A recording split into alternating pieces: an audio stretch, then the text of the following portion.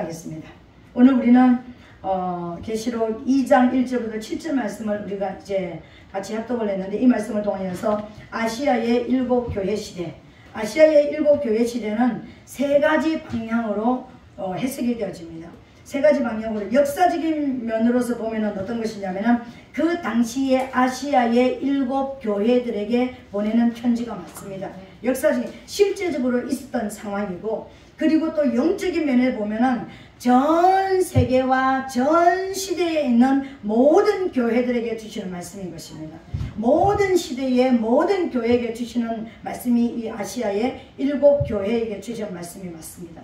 그리고 또 예언적으로 보면은요, 예언적으로 오늘은 이제 오늘부터 우리가 다음 시간까지 우리가 말씀을 이제 받을 텐데, 이것을 보면은 예언적으로 보면 시대적인 7시대를 말하는 것입니다. 예수님 오시는 시대부터 이제 재림하시는 시간까지 시대적인 모습으로 배열되어 있는 것이 아시아의 7시대인 것입니다. 그래서 어떤 면에서는 보면 이 아시아의 7교회 시대가 우리들에게 굉장히 중요한 것이고, 이걸 또 반드시 알아야 되는 것이고, 이것이 항상 우리 마음속에 지금 내가 지금 세상 사람들이 지금 종말이 됐다, 뭐 역사의 끝이 됐다, 곧 예수님 오실 것이다, 막 이렇게 얘기하는데, 지금 이것을 잘 알고 있으면 여러분들이 현혹되지 않을 수가 있고, 어떤 시대에 어떤 역사가 일어났는지 예수님 오시는 순간부터 예수님 오실 때까지, 재림하여 오실 때까지, 초림에서 재림까지의 전체적으로 우리가 마음속에 담고 알 수가 있는 것이 아시아의 7교회 시대를 통해서 보여주는 거예요. 그것만 시대적인 모습만 보여주는 것이 아니고, 전 세계 지금 현재 모든 흩어져 있는 교회가 7교회 안에 들어있는 거예요. 그것도 그렇습니다. 근데 그런 모습으로 이제 있으니까 여러분들이, 그리고 실제적으로 있었던 교회들이고요. 그러니까 그런 모습을 가지고 오늘은 이제 다른 어떤 모습보다는 시대적인 면으로 배열된 그런 시대적인 모습으로 어떻게 아시아의 7교회가 이루어져 가고 지금은 어느 시대인가, 그것을 오늘 이제 또 다음 시간을 통해서 우리가 이제 알게 될 것인데, 이 아시아의 7교회 시대는 그냥 이렇게 말하는 것이 아니라 교회 이름 안에 교회 시대 면도 전부 다 들어있습니다. 우리는 뭐 에베소서나 버가모 이렇게 쭉, 그러니까 우리가 그냥 이렇게 외우고 있는데, 그 교회가 가지고 있는 이름도 그 시대의 특성을 가지고 있고, 그 교회의 특징을 다 가지고 있는 그런 그 교회들인 것입니다. 근데 또 이 교회 아시아의 그 전체 영국에 있는 어떤 선교사님이 그 화폐를 수집하는 그런 그 이제 취미가 있었는데, 그때의 아시아에 있는 이 지역 안에 있는 모든 화폐를 다 수집을 했는데, 이 화폐가 이 이름하고 그 시대적인 모든 것을 다 가지고 있는 것을 보여줬다고 했습니다. 그래서 우리는 이 이름과 화폐를 통해서 또 시대적인 어떤 일이 일어난 것을 통해서 예수님 오실 때까지, 우리가 지금 서기 2024년입니다. 그죠? 그 영어로 표현하면 AD로 표현합니다. 그죠? 그럼 뭐 어떤 의미입니까?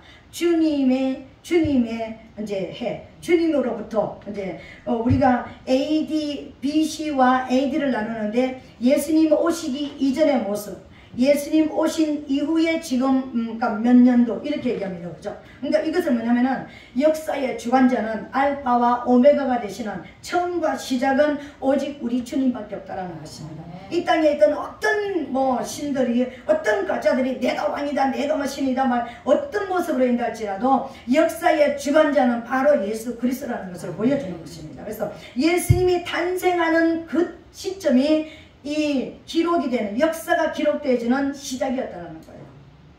어떤 신들도 역사가 기록되는 시작을 갈 수가 없었습니다. 근데 예수님이 출임해서 오시는 그때 탄생하는 그 기점으로부터 역사가 기록되어지는 그것으로 시작되었습니다. 그래서 지금은 서기 2024년도라고 이야기하는데, 이 말은 예수님이 오신, 예수님의 탄생, 주님의 해로부터 24년도 2024년이 됐다, 이런 의미를 가지고 있습니다. 물론 뭐 그냥 숫자적으로 2024년 이게 아니라 약간 2, 3년 정도 오차는 있습니다.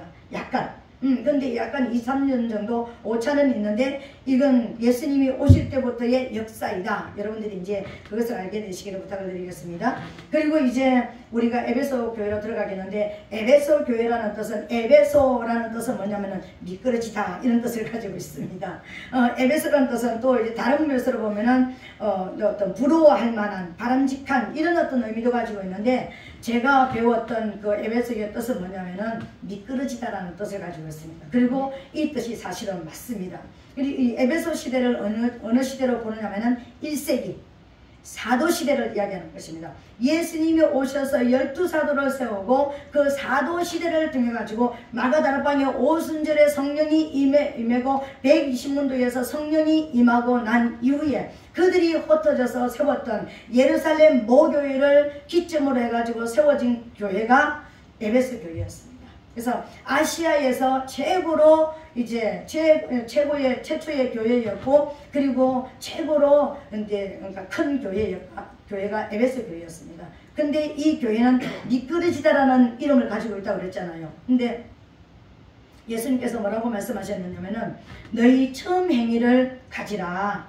그러니까 어디에서 미끄러졌다라는 거예요. 이 말은 뭐냐면은 에베소 교회의 화폐는 무엇을 썼느냐면은 나무 열매를 썼습니다. 나무 열매를 썼는데 에베소 교회 그 시대는요. 근데 그 나무 열매라는 것은 뭐냐면은 사도들이 초대교회 사도들이 예수님이 부활하시고 예수님이 성철하시고 남기신 열매로서 12제자들이 이 제자들이 흩어져서 세우는 교회였기 때문에 나무 열매로 나타나는 거예요. 그러니까 예수님이 부활 십자가 지시고 죽어주시고 부활하시고 성천하신 열매들로서 사도들이 세워졌다라고 해서 그러니까 나무 열매로 표시를 하고 있습니다. 화폐가요. 근데 이 시대의 믿음이 어떻게 되었다 했습니까? 이 이름처럼 미끄러지는 믿음을 가지고 있었다라는 거예요. 그래서 미끄러졌다는 것은 뭐냐면은 너희가 그래서 에베소 교인들에게 예수님께서 책망하셨잖아요. 너희 처음 행위를 가져라. 첫사랑을 회복하라. 그래서 우리가 교회 나와서 첫사랑을 회복하라. 첫사랑을 회복하라. 그리고 여러분들이 우리는 첫사랑을 회복해야 돼요. 이런 이야기들을 굉장히 많이 합니다. 그럼 첫사랑이라는 것은 뭐냐면은 이제 우리가 이해가 돼 있죠. 어디에서 시작됐습니까? 마가 다락방에서 120문도에서 불의 혀같이 강력하게 오순절에 성령이 임하는 그 성령의 불을 받고 시작한 그 교회가 에베소 교회였다는 것입니다. 그래서 강력한 성령의 임재 안에서 불 가운데서 시작했던 그 믿음이 미끄러져 버린 거예요.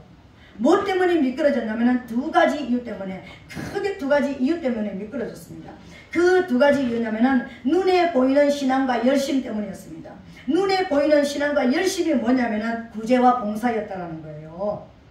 제가 우리 성도들에게 교회 나서 굳이 제가 밥을 하면서 굳이 제가 청소를 하면 우리 전사님이랑 맨날 청소를 하면서 청소하러 오세요 뭐 밥하러 오세요 이거 제가 안 하는 것이 여기에 여러분들이 어느 정도 신앙이 어떤 지기가 되어지고 어떤 신앙의 어떤 하나님께서 원하시는 그런 모습이 되어지면 내가 교회 나서 밥하러 안 해도 청소하라고 안 해도 여러분들이 예수 그리스도의 앞에 헌신과 봉사를 할 수 있는 믿음의 분량까지 갈 때까지 저는 기다리는 거예요. 왜? 제가 에베소 교회가 이것 때문에 미끄러지는 것을 봤거든요. 그러니까 너무 눈에 보이는 봉사와 구제와 여기에 빠지다 보면은 실제적으로 교회에 와서 해야 되는 것을 잊어버리게 되는 거예요. 저는 전도사 사역을 하면서 이 여전도 회장님들이 부엌에 들어가 가지고 신앙이 미끄러지는 것을 정말 많이 봤습니다. 제가요.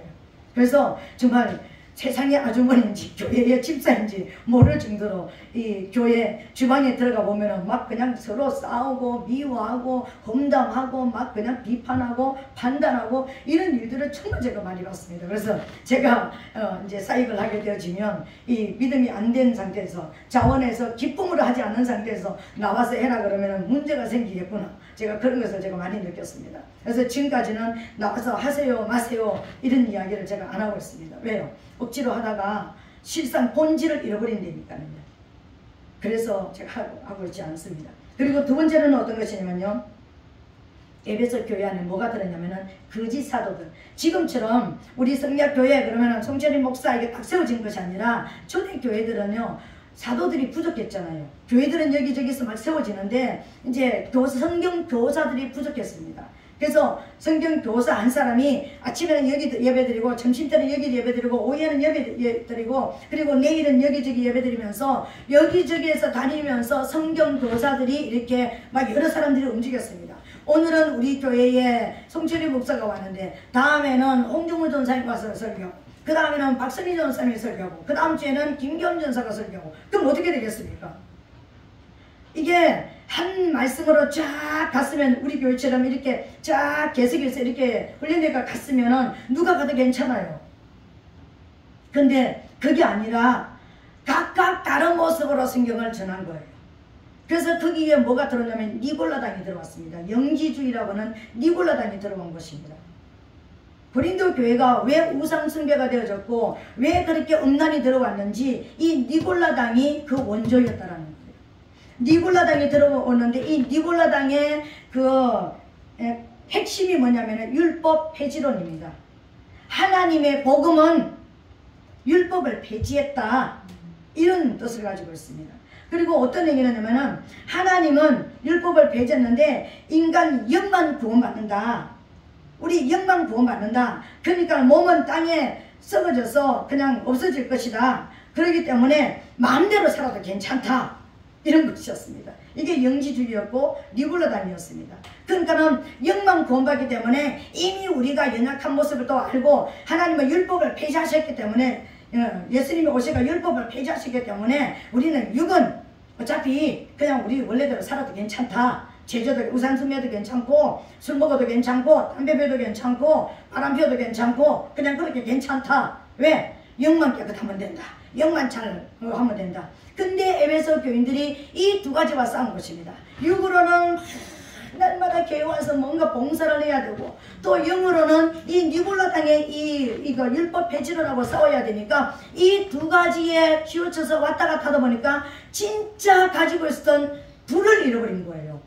이해가 되십니까? 마음의 불을 잃어버린 거예요. 말씀으로 돌아갈 시간도 없고 기도할 시간도 없고 이 영적 전쟁과 육적으로 보세요. 여기에 뭐가 말씀이 있겠습니까? 여기에 뭐가 기도가 있겠습니까? 뭔가 막 이거 저 사람들 속에 들어가면 안 돼. 저 사람들처럼 살면 안 돼. 어떤 이런 모습으로 살게 되어지고 그리고 육으로 막 헌신하고 봉사하고 구제해야지만 복을 받는데 여기에 가버리니까 성령이 소멸되기 시작한 것입니다. 내 안에 있는 뜨거움이 사라지기 시작한 거예요. 그래서 이 이름대로 미끄러지는 신앙이 미끄러졌다는 거예요. 이 미끄러지는 이 사람들에게 예수님께서 뭐라고 얘기했습니까? 너희가 믿음을 꼭 붙잡고 있으면 하나님의 낙원에 있는 생명나무의 과실을 먹게 하겠다. 첫사랑을 행복해라. 다시 이것도 하지 말고 오직 그 가슴에 불을 사랑의 불을 가지는 이 사랑으로 다시 돌아가라. 하나님을 뜨겁게 사랑하고 영혼을 살리고 싶었던 그 뜨거움으로 다시 돌아가라. 그렇게 돌아가면 생명나무의 과실을 먹는 복을 주겠다. 이렇게 약속하십니다. 이게 에베소 교회였습니다. 오늘 이 시대에 수많은 교회들이 여기에 들어있습니다. 그리고 실제적으로 초대교회 1세기에 있었던 첫 교회가 이런 교회였습니다. 그리고 두 번째 교회는요, 이제 스무나 교회였습니다. 스무나 교회라는 것은 어떤 것이냐면은 몰약이라는 뜻인데 아주 쓴 몰약이라는 뜻입니다. 왜 그랬냐면은요, 스무나 교회는 순교 시대였거든요. 이 사도들이 다 순교를 당하는 시대였습니다. 그래서 순교 시대였기 때문에 화폐도 멸류관으로 나타납니다. 그 시대의 그 교회의 화폐도 멸류관으로 나타납니다. 이것은 어떤 것이냐면은 이 교회가 엄청난 박해와 순교를 당하는 것을 이제 예표하고 있습니다. 오늘 이 시대에도 우리 세계 곳곳에서 믿음 때문에 내가 실제적으로 뭐 이제 순교를 당하지 않아도 뭐 북한 같은 경우는 순교를 당할 때 어떻게 한다고합니까? 이 손지 말인지 이렇게 사지에다가 매달고 사지를 찢어 죽이는 이런 몇 년 전에 그 실제적으로 김일성 광장에서 일어났죠, 그죠? 그런 어떤 그 모습처럼 순교가 아직도 세계 곳곳에서 이루어지고 저 이란 같은 그런 곳에서 알라신을 믿는 곳에서 예수 그리스도를 믿는다. 그러면 정말 뭐 가정이 멸문지하 될 만큼 그냥 두지 않는 그런 순교가 아직까지도 암암리에 이루어지는데 마지막 순교자가 누구입니까? 주정입니다. 마지막 순교자가 다시 예언하는 자. 진리를 선포하는 자, 강력한 회개를 전하는 자, 회개하지 않으면 죽는다, 돌이키지 않으면 죽는다라는 복음을 전하는 두족인들이 마지막 순교자가 될 것입니다. 아직까지 그래서 순교자의 아직까지 숫자는 채워지지 않고 있는 상태입니다. 첫 번째 순교자가 지금 서머나 교회 시대가 일어났습니다. 이 서머나 교회는 어떤 그 모습입니까? 이 서머나는 쓴 몰약이라는 뜻이 있는데, 왜 쓴 몰약이라면은 그때의 신앙을 지키기 위해서, 믿음을 지키기 위해서 죽음을 각오하지 않으면은 믿음을 지킬 수가 없는 시대였기 때문에, 그래서 서머나, 쓴 몰약이라고 했던 그런 것이었습니다. 근데 이 순교 시대의 성도들에게 제일 큰 장애물이 하나 있었습니다. 제일 큰 장애물이 누구였느냐면요, 유대인들이었습니다. 마지막 순교 시대에도 누가 두적인들을 죽이느냐면은 믿음의 사람들이라 하는 사람들이, 세상 사람이 아니라 믿는 사람들이, 니만 제대로 믿냐? 너만 옳게 하나님 만났냐? 나도 하나님 만났고 나도 하나님 믿는다. 그래서 너처럼 회개를 강조하고 너처럼 하나님 앞에 영적 전쟁을 날마다 하라 그러면은 나는 너희들처럼 못 살아.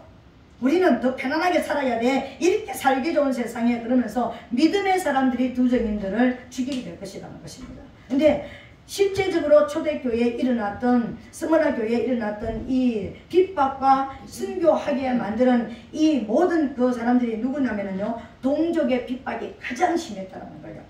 로마 정부와 결탁을 해가지고 이 유대인들이 진짜 예수 믿는 예수 전문가들을 로마 저기에다가 넘겨줘서 순교를 당하게 만드는, 그래서 가장 믿음의 사람들의 가장 적은 누구냐면은 내부의 적이 가장 무서운 거예요.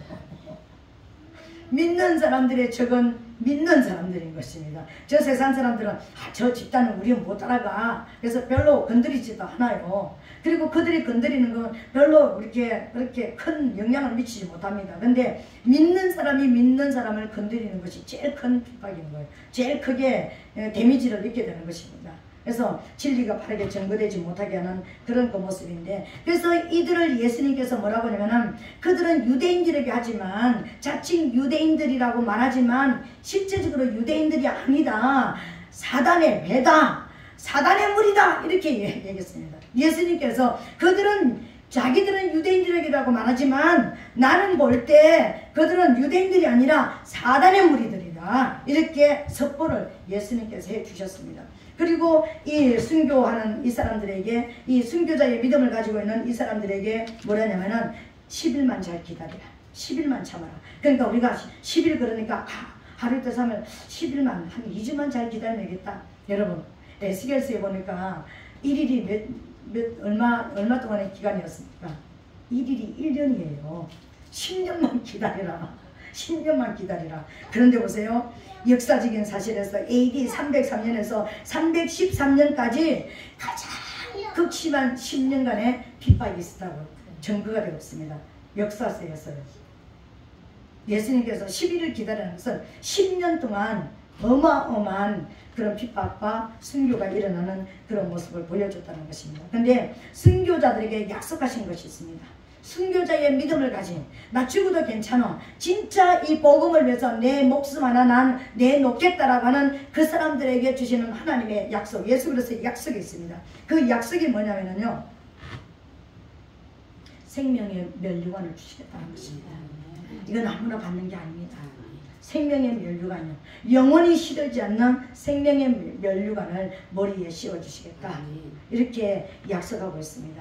오늘 저반 여러분, 우리는 마지막 때를 살아가고 있는, 많은 사람들이 마지막 때를 살아간다고 우리가 하고 있습니다. 진짜 순교자의 이 심정으로 우리의 믿음이, 저와 여러분들이 어떤 핍박이 나고 어떤 예수 믿는 다른 사람들이 야 너그만 그렇게 믿냐, 뭐 꼭 그렇게 믿어야 되냐, 뭐 그렇게 얘기한다 할지라도 이 믿음의 길에서 여러분들이 떨어지지 않게 되시기를 예수님 이름으로 축복합니다. 그래서 이제 여기까지는 이제 설렁설렁 빨리빨리 넘어왔습니다. 근데 이제 여기 오늘부터 지금부터 시작되는 것이 굉장히 중요한 것을 제가 이제 하게 될 것인데, 버가모 교회 시대인 것입니다.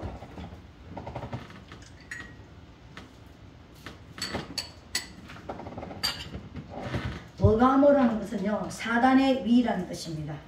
다른 말로 우리말로 사단의 보좌가 있는 곳, 사단의 본부가 있는 곳 이런 뜻입니다. 버가모란 뜻이. 시작부터 좀 무섭죠. 버가모란 뜻이 사단의 본부란 뜻입니다. 사단의 위란 뜻입니다. 그래서 화폐에도 실제적으로 무엇이 이제 그려져 있냐면요, 뱀이 그려져 있습니다. 화폐에도 뱀이 그려져 있습니다. 그러니까 시작부터 뭔가가 색깔이 좀 냄새가 좀 나죠, 그죠? 그러니까 여기에서 무엇이 태동을 하느냐면은 이렇게 사도들이 교회를 세우고 그리고 순교자가 그들의 믿음이 미끄러지면서 그들이 이제 봉사나 다른 어떤 것을 가지고 이렇게 싸우면서 진짜 하나님을 바라보는 이 초점에서 흐려지면서 그럼에도 불구하고 다음 세대는 12 제자들이 이제 순교하는 그런 시대들이 났습니다. 그죠? 이제 사람들의 순교들 많은 사람들이 죽어가는 지하 카톨릭에서도 죽어가는 많은 사람들이 순교자가 이제 초대교회에 일어났습니다. 그러고 나서 그 다음 세 번째 교회가 버가모 교회인데 이 버가모 교회는 다른 어떤 뜻을 가지고 있냐면 탑과 결혼했다 이런 뜻을 가지고 있습니다. 버가모라는 뜻은 탑과 결혼했다. 탑이 뭡니까? 정치. 교회가 권력과 야합을 했다 이런 뜻을 가지고 있습니다. 여러분 이 시대에 서가는 뜨는 목사님들 보세요. 뜨는 목사님들 진짜 순수하게 믿음으로 뜨시는 분들이 있습니다. 정말 하나님께서 세우시는 분들이 있습니다. 그런데 많은 분들이 탑과 결혼을 해서 뜹니다. 여러분 정치와 어떤 세력과 야합을 해가지고 뜨기 위해서 내 영혼도 팔고 뜨기 위해서 어떤 그러니까 엄청난 그런 일들을 하는 그런 어떤 모습들을 우리가 볼 수가 있습니다. 이게 버가모 교회의 현실입니다. 오늘 이 시대는 버가모 교회가 없는가? 있습니다. 그리고 실제적으로 버가모 교회가 있었는데 이 세상 권력과 교회가 야합을 하게 되면은 어마어마한 힘을 발휘하게 되는 거예요.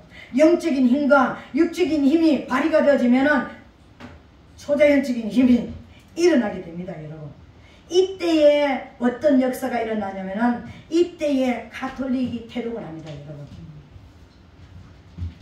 제가 왜 미스를 자꾸만 깔았는지 이게 이해가 되겠죠. 그렇죠? 왜 뱀이 그려져 있다고 이야기했는지 이해가 되겠죠. 가톨릭이라는 것이 이때에 시작을 합니다. 태동을 하게 됩니다. 그러면 1세기부터 왔던 것이 여러분 어떤 것이었습니까? 예수님 오시는 순간부터 그때부터 이제 성령 받은 사람, 마가다락방에서 성령 받은 사람들 중에서 예루살렘의 교회를 모교로 해가지고 퍼져나갔던 교회가 에베소, 스무나, 버가모 쭉쭉쭉 나가고 있는데 그러면 이 교회들은 어떤 교회였습니까? 이 교회가 가톨릭이었습니까? 1세기부터 시작됐던 이 로마 가톨릭이 대동하는 이때까지 교회가 누구 교회였습니까? 그리스도 교회였습니다. 기독교였습니다. 여러분 이 기독교를 잃어버리고 목사님들이 강단에서 신학교에서 기독교를 개신교라고 표현합니다. 개신교라는 것은요 천주교에서 나갔다라는 뜻이 나간 자라는 뜻입니다. 개신교 우리가 어떻게 개신교입니까? 기독교이죠.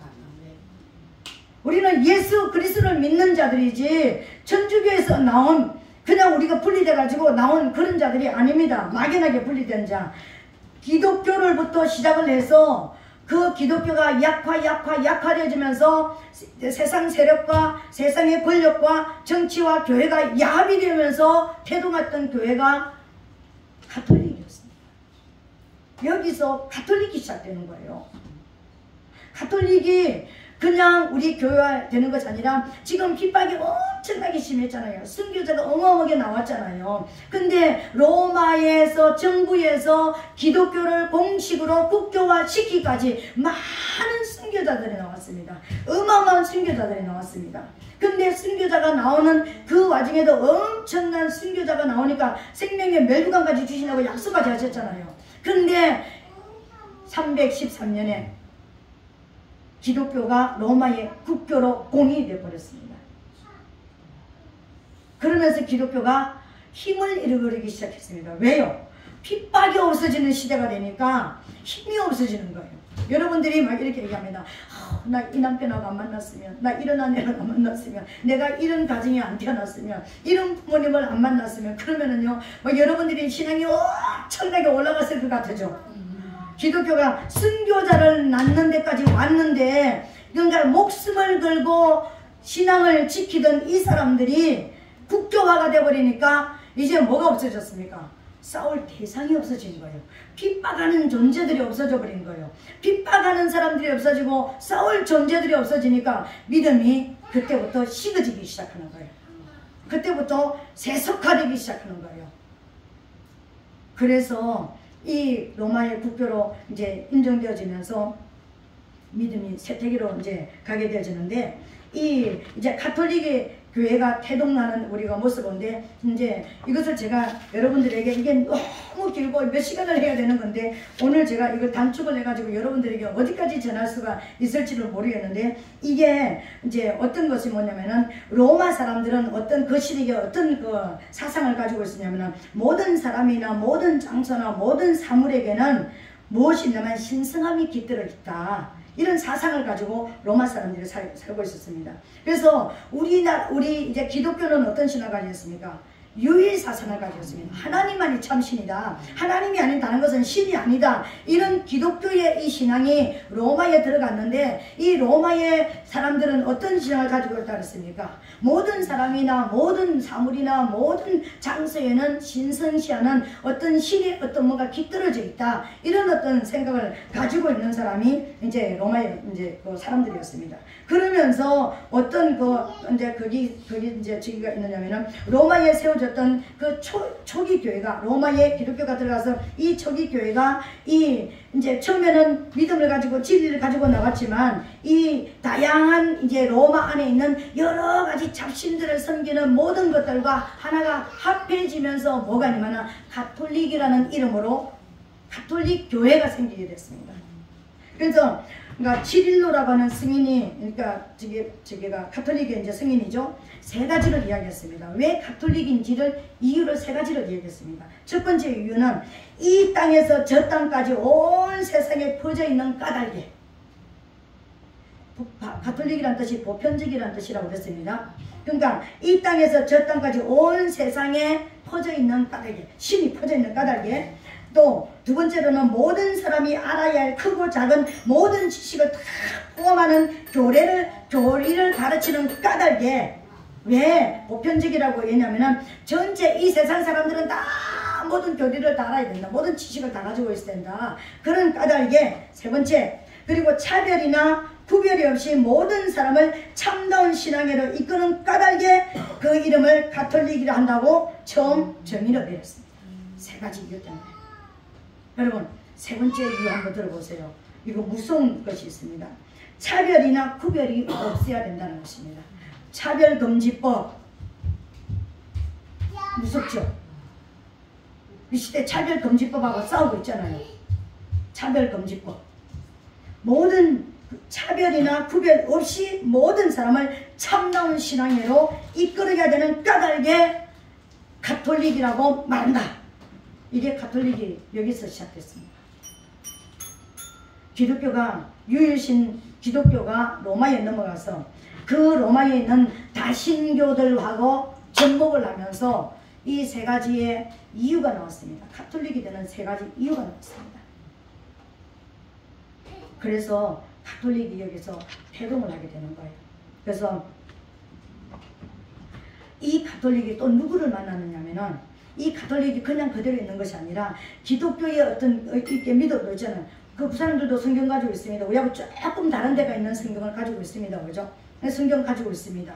왜요? 그들이 우리 기독교를 받아들이면서 세웠던 것이 가톨릭이기 때문에 그 모든 다신들 그런 것들 들어왔지만, 가장 가톨릭의 영향을 받은 거 뭐냐면 바벨론 신앙의 영향을 받았습니다. 바벨론 신앙에 대해서 우리가 모르면은요, 가톨릭의 2단이다 3단을 우리는 모르는 거예요. 바벨론 신앙이 우리 성경에도 몇몇이 계속 나왔습니다. 하늘 여신, 하늘 왕후, 담무스 막 이러면서 나오고 있습니다. 우리가 성경을 읽으면서 그거를 그냥 아무것도 아닌 어떤 모습으로 우리가 읽어서 그렇죠. 이게요, 엄청난, 이게 바벨론 신앙이거든요. 우리 계시록의 마지막에 보면은 이제 그 영원한 복음이 전거되고 나서 첫 번째 어디에서 나오라 그랬습니까? 바벨론에서 나오라 그랬습니다. 그죠? 그 바벨론에서 나오라 그랬습니다. 바벨론의 신앙을 모르면은 성경에 나와 있는 이단들, 성경에 나와 있는 가짜들을 모르는 것입니다. 이 바벨론의 신앙이 어떤 신앙이냐면은 누가 처음 시작하면 이 세상에서 인간으로서 처음 하나님을 반역하고 하나님을 대적하고 일어났던 첫 번째 인물이 누구였습니까? 창세기 11장에 나오는 니므롯이었습니다. 그러니까 내가 하나님이다 하고 공식적으로 나온 세 사람이 니므롯, 세미라미스, 담무스입니다. 여러분, 이 사람들이 이름을 바꿔가면서 니므롯은 담무스, 바알, 마드룩, 벨, 오리시스, 주피터, 오리온, 호루스, 그러니까 아도니스, 또 세미라미스는 그러니까 저기가 그 니므롯이 태양신이죠, 그죠? 그러면 세미라미스, 그 안에 세미라미스는 달의 신입니다. 아브라함이 어디까지 갔습니까? 아브라함의 아버지가 어디로 갔습니까? 하란까지 갔죠. 근데 하란에서 섬긴 신이 누구였습니까? 달의 신이었습니다.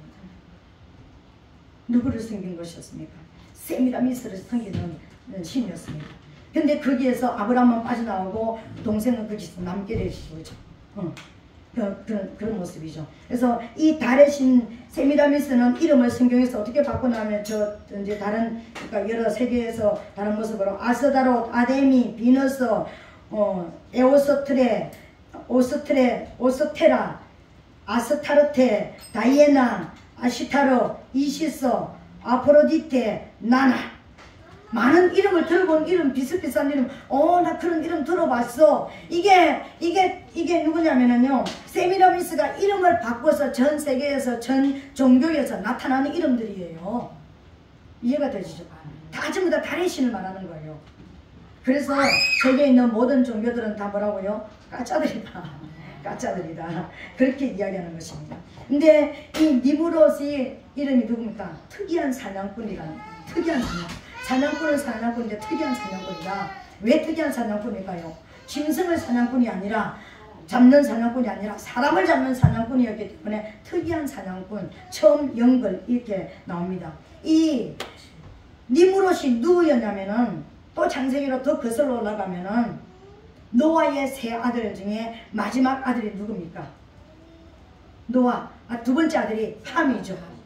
함의 후손이 니므롯입니다, 여러분. 이해가 되시죠? 함의 후손이. 그래서 성경에서 나오지 않는 죄는 없다니까요. 그러니까 이제 저주받은 이 후손을 통해서 니므롯이 나옵니다. 이 니므롯이 바벨론 저기에다가 이제 창세기 11장에 보면은 바벨탑을 세웠잖아요. 우리는 바벨탑을 뭐 때문에 세웠다 그랬습니까? 무슨 저기 홍수, 비 많이 와가지고 홍수를 피하기 위해서 지었다 그랬잖아요, 그죠? 니므롯이 내가 신이다 하는 신전을 지은 거예요. 그 신전을 짓다가 하나님께서 그냥 놔두면 안 되겠다, 허물을 버려서 그러니까 이제 짓던 사람들이 죽는 그 모습을 보여주는 거예요. 근데 보세요, 이 바벨론 종교에는 세 가지를 섬깁니다. 니므롯, 세미라미스, 담무스. 이 니므롯이 세미라미스가 임신을 한 상태에 있을 때 죽었습니다. 근데 이 바벨론 신앙이 어디에서 시작되면 니므롯부터 시작됐지만 그것을 활성화시킨 사람은 누구였냐면은 니므롯의 아내 세미라미스예요. 이게 어디까지 영향을 미쳤느냐면은 지금 가톨릭의 모자상, 그게 우상 숭배가 여기에서 나온 거예요.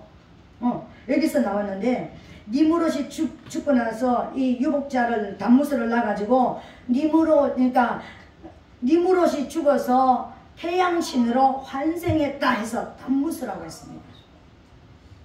니므롯이 죽어서 환생을 했다. 그래서 담무스를 섬기게 만들었습니다. 그래서 자기 남편이고 아들인 이 태양신, 저기는 니므롯과 담무스는 태양신을 만들고 자기는 달의 신을 만드는 거예요. 자기는 달의 신인 것입니다. 니므롯보다 더 유명한 여자가 세미라미스예요. 사실은 보면은요. 그래서 이제 이 여인이 어떤 만들었냐면 바벨론 종교를 만들었는데 모든 문화권마다 어떤 것을 만들었냐면 모자상을 만들었습니다. 모자상을. 그래서 우리가 이제 천주교에서 마리아가 예수님을 안고 있는 것이 이제 그들이 뭐 그냥 그런 이렇게 이제 섬기는 대상이 됐잖아, 그죠? 그것이 그 원조가 어디에서 왔느냐면 세미라미스가 담무스를 안고 있는 것에서부터 시작된 거예요. 바벨론 종교를 받아들이면서, 그러니까 카톨릭이 바벨론 종교를 받아들이면서 그 세미라미스가 담무스를 안고 있는 이것을 이제 본받아 가지고 이제 마리아가 예수님을 안고 있는 모자상을 만든 거예요. 그게 전 세계의 모자상으로 신앙으로 가고 있는 것입니다. 우리 집에 가면 지금은 별로 이제 제가 예수 믿는 사람들이 집에 가면 별로 그런 게 안 보였는데 옛날에 집집마다 엄마가 아기 안고 있는 이 이상한 상들이, 그러니까 모양들은 서로 조금씩 다르지만 이거 있었습니다. 왜요? 전 세계 인도도 있고 중국에는 식무라고 얘기하고, 독일에는 헤르타라고 얘기하고, 인도에는 크리시나라고 얘기하고, 이집트는 이시스라고 얘기하는 이 모든 것들이 있고, 그리고 예레미야서 보면은 하늘 여왕으로 나오고 여러 가지 어떤 모습으로 나오는 이 모자상들이 있는 거예요. 그래서 전 세계 보면은 아이들 그런 놀이, 장난감도 모자상들이 많이 나옵니다. 그죠? 그게 뭐냐면은 이게 세미라미스가 만든 모자상에서부터 담무스를 안고 있는 여기서부터 시작된 이게 우상입니다. 이게 얼마나 무서운 거예요. 집집마다 이런 우상들이 없는 데가 없을 때니까는요. 근데 우리가 유월절을 지킬 때 이런 거 다 내버리고 싹 갖다 내버리고 그렇게 우리가 날마다 넘어갔다. 그러니까 저주가 끝났다. 사망이 끝났다고 선포를 해줘야 되는 거예요. 우리 이런 거 모르고 너무너무 많이 가지고 있잖아요. 그런 걸 가지고 있습니다. 그죠? 제가 이제 너무 많아서 빨리빨리 이렇게 조금씩 지나가면서 벌써 12시가 다 됐습니다. 12시 다 됐죠.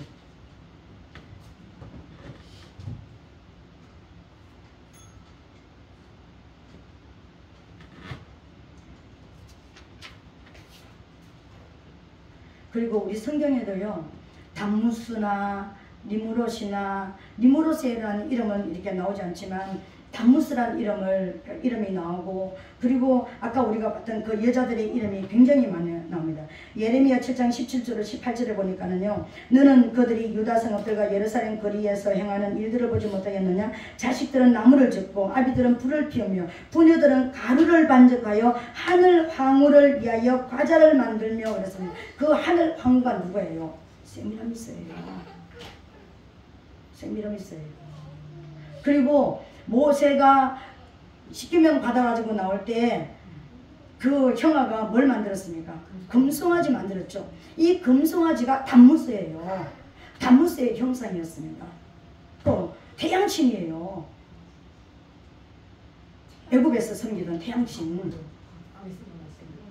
그러니까 우리가 이걸 모르니까 왜 하나님께서 그 많은 사람들을 죽였는지, 왜 그런 역사들이 일어났는지, 그래서 성경에서 하나님은 우상 숭배에 대해서 왜 그렇게 하나님께서 엄청난 그렇게 말씀을 하시는지 우리가 모르는 거예요. 그래서 또 에스겔 8장 14절로 16절을 보니까 여자들이 담무스를 위하여 애곡하는 것이 나옵니다.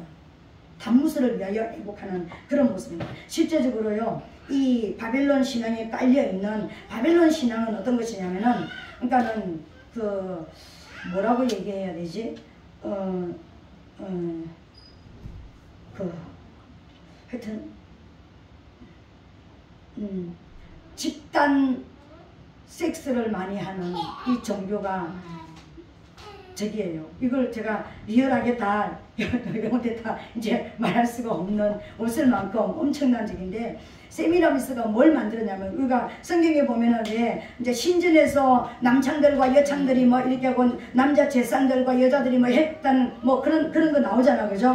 그게 뭐냐면은 세미라미스가 어떤 저기를 만들었냐면은, 종교를 만들었냐면은, 이제 담무스가 이제 태양신으로 환생을 해가지고 새로 태어났다고 그랬잖아요, 그죠?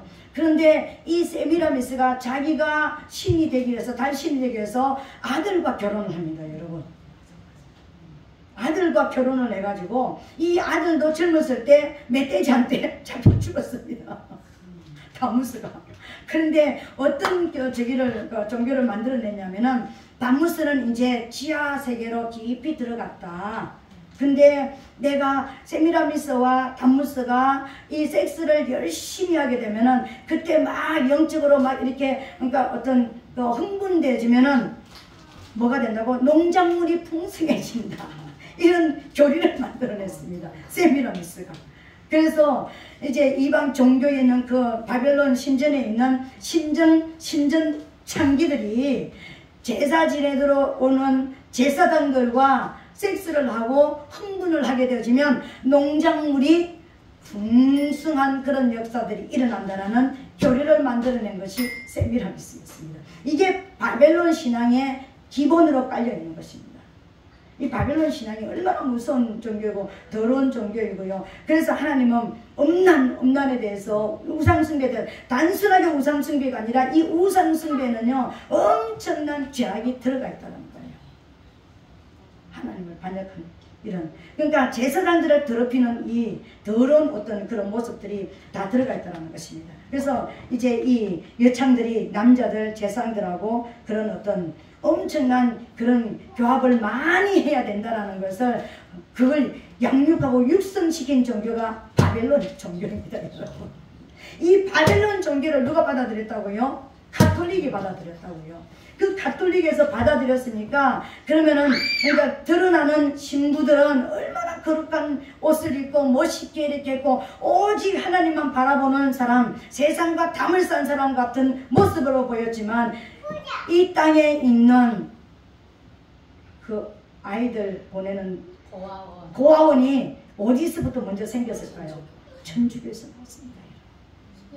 수녀들과 신부들 사이에서 엄청난 바빌론 종교를 받아들인 그들이 그걸 참을 수가 없어서 거기에서 만들어낸 아이들을 양육하는 곳이 고아원이 됐었던 것입니다. 고아원의 시조가 거기서 나왔습니다. 이해가 되시죠? 그러니까 얼마나 하나님이 바벨론 종교에서 너희가 거기서 나오라, 그 죄에서 나오라고 왜 그렇게 말씀하시는지 우리가 이유를 알아야 되는 거예요. 그래서 하나님은 이단에 대해서 얼마만큼 싫어하는지 하나님께서 그걸 알아야 되는 거예요. 근데 이 버가모 교회가 하나님께서 뭘 하냐면은 너희가 칭찬할 것 있다. 뭘 치면 발람의 교훈과 니굴로당의 교훈을 너희가 용납하고 이제 용납하여서 이제 이방 사이에서 풍속과 이제 종교관을 따르겠던 그곳인데, 그러니까 이 버가모 교회가 발람의 교훈도 받아들이고 니굴로당의 교훈도 받아들였다고 했습니다. 이 발람의 교훈은 또 어떤 것이냐면 아까 우리 니굴로당은 받아들였습니다. 율법 배지로 받아들였습니다. 알았습니다. 그죠? 이 발람의 교훈은 어떤 것이냐면은 발람의 교훈은 특별히 두 가지가 있는데 세상적인 것과 타협하게 만드는 거예요. 발람이 그랬잖아요. 이것 때문에 그러니까 하나님의 백성들을 저주할 수가 없는데 이것을 뿌리치지 못해가지고 어떤 방법을 통해서라도 하나님 어떻게 해서라도 이 사람들을 내 돈 받았으니까 이 사람들을 좀 어떻게 저주 좀 하면 안 될까요? 이거 세상적인 어떤 것을 받아들인 그런 그 발람의 교훈이 있습니다. 그러니까 적당히 죄짓고 적당히 살아도 된다라는 거. 왜? 니불로당의 그 영향을 받았기 때문에. 그리고 또 두 번째로 뭐냐면은 아까 이야기했던 바벨론 신앙을 받아들였기 때문에 어떤 것이냐면은 이 이스라엘의 남자 창정들을 모압 창기들과 모압의 여자들, 그 모압의 신전에 있는 여창들과 나쁜 짓을 하게 만들고 그래서 타락시키는, 이게 발람의 교훈 두 가지입니다. 그러니까는 여러분, 우리는 하나님 앞에, 믿음의 사람들은요 오직 하나님의 말씀 앞에 너무 돈을 탐욕해가 돈에 우리가 팔려가도 안 되는 것이고요. 그리고 우리가 영적으로도 그 어떤 다른 어떤 것들을 받아들이면 안 된다라는 것을 오직 하나님 앞에 성결한 믿음으로 저밖에 여러분들이 살아야 된다는 것입니다. 그래서 그러니까 너무 우리가 믿음 생활하면서도 어떤 물질을 계속해서 따라가고 어떤 음욕을 따라가는 그런 것들이 뭐냐면요, 이게 사단이 장악하고 있다는 것을 보여주는 것입니다. 이게 무서운 거예요. 단순하게 죄하면 진 그것 자체가 무서운 것이 아니라요, 그가 누구에게 잡혔다고요? 사단에게 잡혀있다는 것을 보여주는 것입니다. 그래서 여러분 우리는 이제 이 바벨론 신앙에 대해서 제가 더 할 말이 많은데 오늘 여기까지만 할 것입니다. 여기까지만 이제 하는데 우리가 하나님 앞에 진짜 바벨론 신앙에 대해서 여러분들이 지금 개인적으로도 공부를 좀 해야 되는 거예요. 가톨릭에 대해서도 공부를 해야 되는 것입니다. 근데 이걸 공부를 안 하면 우리는 맞아 천주교에서 우리가 나왔어. 그러니까 루트가 종교개혁을 했어. 언제 그러니까 기독교하고 이 가톨릭하고 언제 맺어져서 어떻게 나왔는지를 우리가 정확하게 모르면은요 엉뚱한 소리 하는 거예요. 그들은 큰 집이고 우리는 작은 집이다. 언제 큰 집이고 작은 집을 줬습니까 여러분? 이 사람들은 완전히 우상 종교예요. 그냥 지저분한 더러운 우상 종교라고 생각하면 되는 것입니다. 완전하게 하나님께서 원치 않는 가장 싫어하는 우상 종교가 바로 그런 것이었어요. 그래서 하나님은 어디서 나오라 그랬습니까? 바벨론에서 나오라 했습니다. 바벨론을 멸하시겠다고 말씀하셨습니다.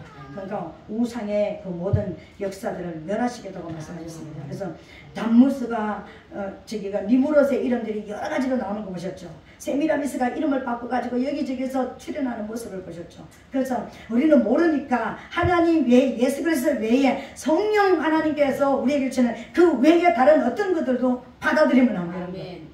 어떤 것들도 믿음의 대상으로 우리는 받아들이면 안 되고 뭐 해야 됩니까? 적개심을 가지고 쫓아내야 되는 것입니다.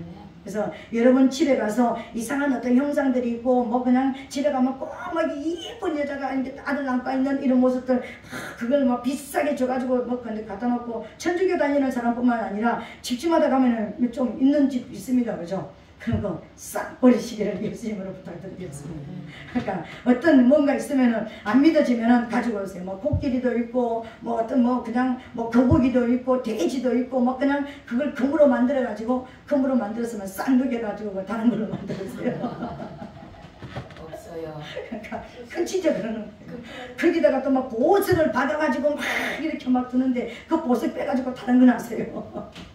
그러니까 그런 거 싹 버리시고 그래서 6월절을 매년 지켜라는 게 이런 그런 그러니까 우상이 들어온 이것을 우리 안에서 다 멸하라고 말씀하신 것입니다. 오늘 제가 이것을 이제 여기까지 오늘 했는데요. 여러분들이 이제 천주교가 기독교하고 어떻게 연결되지는지까지는 이제 우리 봤습니다. 그죠? 그래서 천주교가 더 정확하게 왜 이단인지 이렇게 그 교리를 가지고 우리가 공부를 해야 되는데 그러면 앞으로 몇 시간을 해야 되니까 여기까지만 천주교에 대해서 하면은 천주교는 우리 큰 집은 아니다. 적어도 우리는 이제 여기는 알았습니다. 그죠? 뭐가 먼저 시작됐습니까? 기독교가 먼저 시작됐고 천주교가 이렇게 되어지면서 다른 더러운 종교를 가지고 들어와가지고 우리 하나님의 이름을 더럽혔다. 여기까지만 아시면 되는 것입니다. 그래서 그 더럽힌 곳에서 우리는 나왔고 다시 기독교로 돌아온 자들이지 개신교도들인 우리는 아니다. 우리는 적어도 개신교도들은 아니다. 나온 자들은 아니다. 원래 있는 것을 찾아간 자들이다. 우리는 그리스도인들이다라는 것을 믿으시면서 하나님 우리가 정말 믿음으로 바로 살 수 있는 은혜를 주신 것을 감사합니다. 우리에게 어떤 이단의 잘못된 것도 우리에게 들어오지 않도록 우리에게 믿음으로 역사하여 주시옵소서. 오늘 받은 말씀을 가지고 또 우리가 잘못된 종교 안에 들어가지 않고 우리가 믿음 안에 있는 그리스도 안에 있는 성령의 인도심을 받는 우리가 된 것을 감사하면서 이 시간 주여 삼창하고 통성으로 기도하겠습니다. 주여